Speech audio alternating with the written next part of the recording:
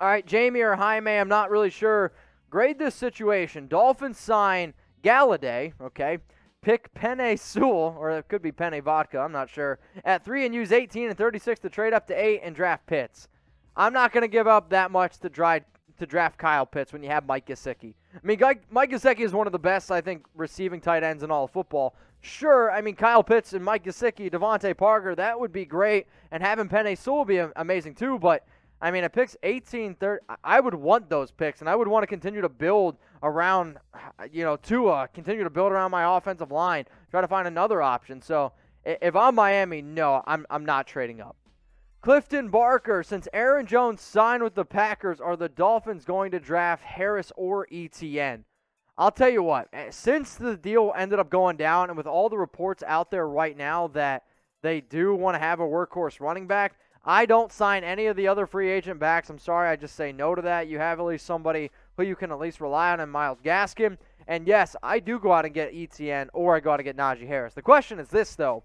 If you're the Miami Dolphins, what would you rather do? Which do you think's better? If you knew right now, okay, that you could get Najee Harris at 18 and you could get Travis Etienne at 36. I'm saying that I think Harris is not going to be available at 36. Which would you do? Would you type H for Harris at 18?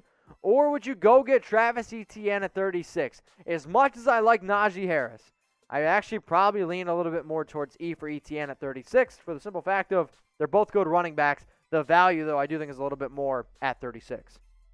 This next one's coming in from Telvin Mist. Let me clear my throat here. I think your caps are on.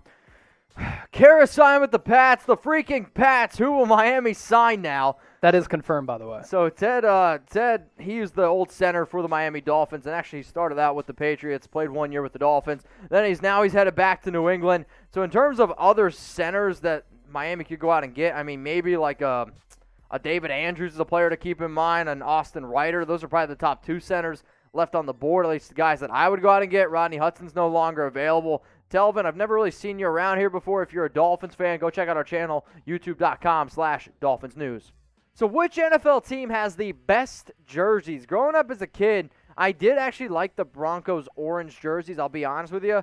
But I don't know if they have the best jerseys in the NFL. I know the Chargers absolutely love their jerseys. The Raiders have great jerseys as well. The Saints Color Rush jerseys are phenomenal. I know some people will disagree with me here at Chat Sports. I love the Cowboys star on the shoulder jerseys that they wear on Thanksgiving. I think they're like top-notch. Chicago, their orange jerseys, they're pretty fly as well. Miami from John. I got a 49ers from Ethan. Seahawks, they got some pretty sweet jerseys as well.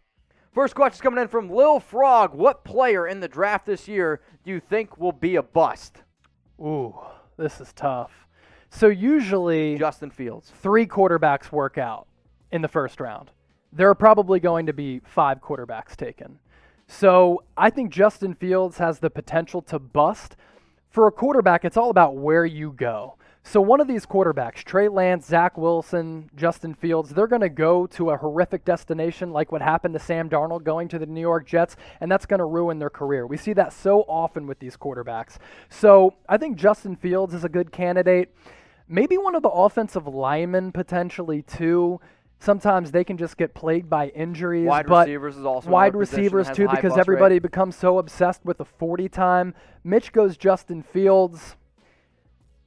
I think that's a solid option. One of the quarterbacks for me, and I think that 3 work out and 2 of the 5 are actually good who get drafted in the first round. All right, y'all, if you're trying to smash that, hopefully you're trying to smash that subscribe button. Get your questions on our live mailbag. So you see that button underneath the video that says subscribe? Click that. We're getting close to, 240,000 subs? Maybe not that high, but we're getting close here. We will be the #1 most watched a YouTube channel for NFL free agency. We're also going to be the #1 most watched for the NFL draft. If you like an interactive sports YouTube channel, I promise you right now, Chat Sports, we're the channel for you.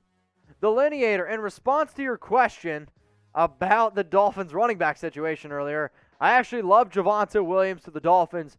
I would have no qualms taking him at 36 or even 50 if he were there. Thoughts? If you were to ask me Javonte Williams at 36 or 50, obviously I'd rather have it 50. But I'd rather have Najee Harris at 36, and I'd rather have Travis Etienne at 36 than Javonte Williams. But I do think he could be the top running back out there on the market. There's no doubt about that. So And I appreciate all the questions coming in right now. Question coming in here on NFL Daily, and it's from Mike James. Let me clear my throat here. Should Miami sign Geno Atkins? What do you think? Sure. Why not? No, so like some of these players, there's like an aura around them because they have name power. Geno Atkins is one of those guys, and they think that Geno Atkins can come into that Miami defense and be the player that he was 5 years ago. It's not going to happen. Now, the Dolphins have a really legit defense. Yep. So if they do bring in Geno Atkins, the sole focus is not going to be him on that defensive line because they do have some other playmakers there. I think Miami, a team that won 10 games last year, look for them, if Tua can get it together, to compete for the division opposite of the Bills and the Patriots and make some noise. I'll tell you what, though, Mike. I think the other reason why you're going to see a lot of people potentially be interested in somebody like Geno Atkins, sure, he's a little bit older of a veteran, but they also lost one of their top defensive tackles, and that was Davon Godchaux, who ended up signing with the New England Patriots on a 2-year, $16 million deal. The other reason why I think this would actually be a halfway decent idea is because Miami, they're very good at running 3-4, 4-3 different styles of schemes here and there, and if you can add a little bit more depth in a player like Atkins, who sure, you're going to look at the numbers and be like, wait a minute, this guy played in 8 games, had 1 tackle, and had 1 QB hit. Yes, but that's also because the Cincinnati Bengals, they didn't use him. I think one of the best examples of that is look at a guy like Carlos Dunlap. He didn't really play whatsoever last year for Cincinnati. He goes then and signs with the Seattle Seahawks, basically racks up 6 sacks and is an absolute dominant force for whatever reason. No, I shouldn't say for whatever reason. Cincinnati wanted to give their younger players a little bit more look, and the biggest reason why Geno was let go was because that was a big cap hit. It's not because he wasn't good. So if Miami could get him on a good deal, I do think Atkins would be a pretty solid signing. All right, I want you to name a player that you guys think is going to get traded. I'll give some shout-outs here to the live people as well. So name a player that y'all think could honestly go ahead and get traded. I see some OBJs in there. I see an Orlando Brown thrown in there as well. Somebody said Allen Robinson, maybe a tag and trade. Cool. Name a player that you think will be traded. All right, Ryan, what up? Who should trade for CJ Mosley?